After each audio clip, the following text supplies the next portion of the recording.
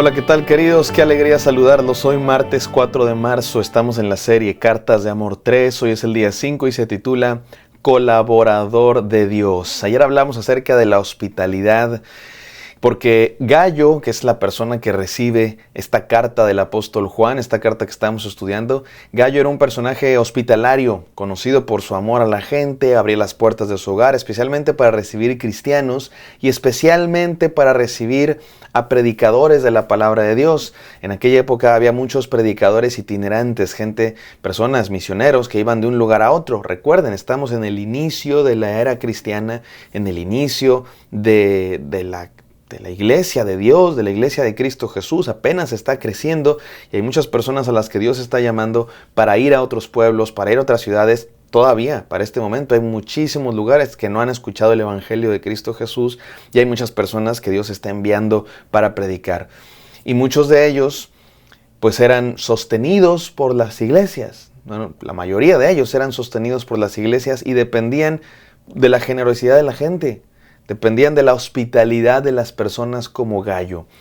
Y parece que aquí en esta comunidad que está recibiendo esta carta hay un personaje, ya lo conoceremos más adelante, un tal Diótrefes, que no quería recibir a ciertas personas y que se resistía a que otras personas predicaran la palabra. Quería ser solo él, el único jefe, el único predicador, el único con autoridad espiritual.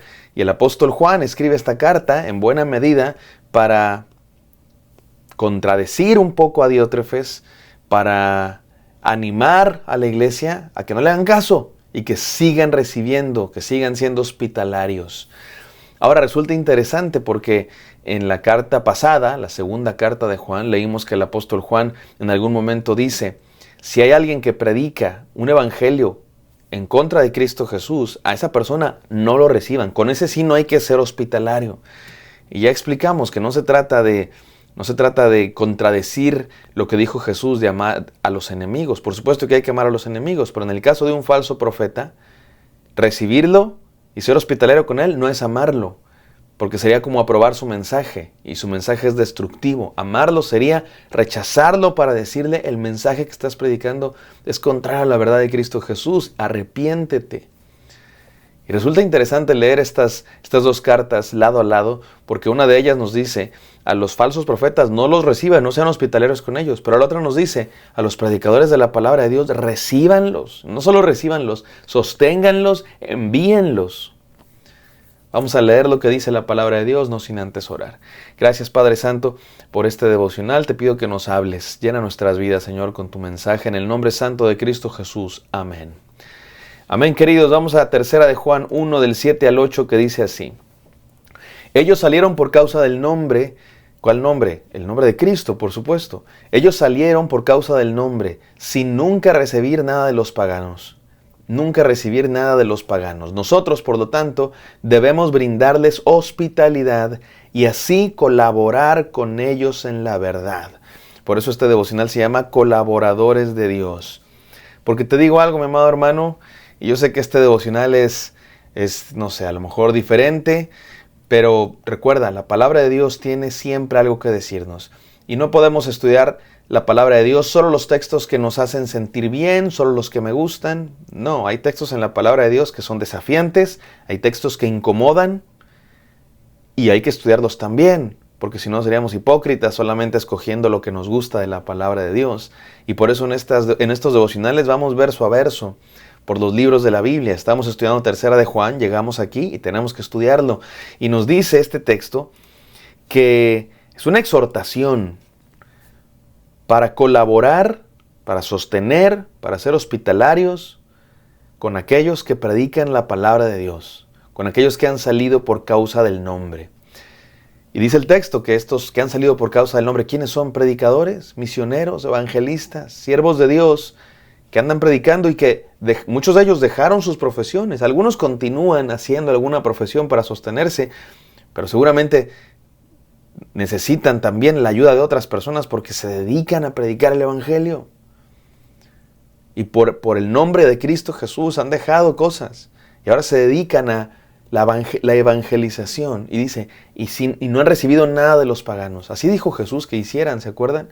Ahora, no significa que esté mal si de pronto recibes dinero de instituciones que no son cristianas o de personas que no son cristianas, pero la manera como Dios estableció que se sostuviera a los que predican el Evangelio es a través de la iglesia, no a través de los paganos, es a través del pueblo de Dios. Así les dijo Jesús a sus discípulos cuando los envió a predicar. Jesús les dijo, no lleven alforja, no dependan de mí, dice Dios. Es un llamado a la dependencia de Dios a través del pueblo de Dios.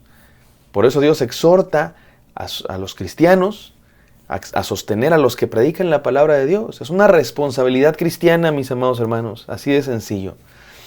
Déjame terminar este devocional con 3 enseñanzas. Número 1, cumple tu responsabilidad cristiana. Jesucristo, la palabra de Dios, lo dice por todos lados. El obrero es digno de su salario. Aquellos que predican el Evangelio también viven del Evangelio. El apóstol Pablo se resistía a recibir ofrendas de las iglesias, pero había una de la que sí recibió ofrenda, porque era su iglesia, porque era la que lo había enviado, porque era la que lo sostenía. También el apóstol Pablo tenía su negocio, tenía sus trabajitos, ¿no? Sabemos que hacía tiendas, pero también era ayudado, sostenido por su iglesia. Es una responsabilidad cristiana, mis queridos hermanos. Tristemente, en el mundo cristiano de pronto encontramos personas que...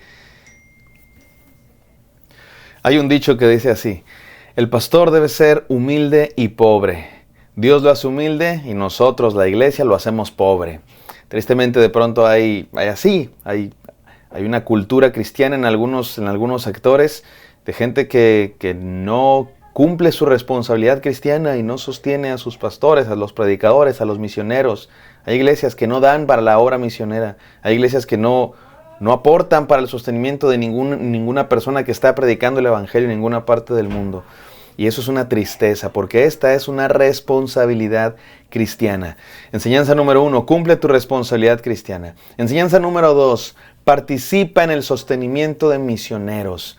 Yo le doy gracias a Dios porque también hay iglesias que sostienen muy bien a los misioneros, a sus pastores, iglesias generosas, iglesias que cumplen su responsabilidad cristiana. Gloria a Dios por esas iglesias. Y hay gente que piensa que hay una especie de banco celestial del cual cae dinero, y ¿sabes de dónde sale el sostenimiento de misioneros en todas partes del mundo? Pastores, de convenciones, de los bolsillos de cristianos fieles. Me dio mucha risa el otro día nuestro pastor aquí en la iglesia donde yo soy pastor. Estamos en campaña de construcción, vamos a construir un nuevo edificio. Y bueno, es una empresa bastante grande en cuestión de dinero y tamaño. Es una necesidad de la iglesia, no es un lujo, es una necesidad. La iglesia necesita un lugar donde reunirse. Y el pastor me dio mucha risa porque le dijo a la gente, la mala noticia es que cuesta tantos millones de dólares. La mala noticia es que cuesta muchos millones de dólares. La buena noticia es que ya tenemos ese dinero, ya lo tenemos. El único problema es que está en sus bolsillos, está en sus carteras. La iglesia tiene el potencial para hacer enormes cosas. Tiene el poder de Dios, tiene los recursos que Dios nos ha dado. Solo hace falta que haya cristianos fieles, que den, que vayan, que oren, que sean responsables con lo que Dios nos ha mandado.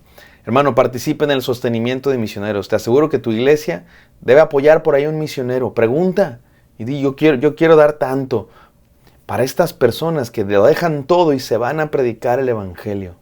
Y número 3, por último, colabora en el plan de Dios. Termina diciendo el texto, mira qué interesante. Nosotros debemos brindarles hospitalidad y así colaborar con ellos en la verdad.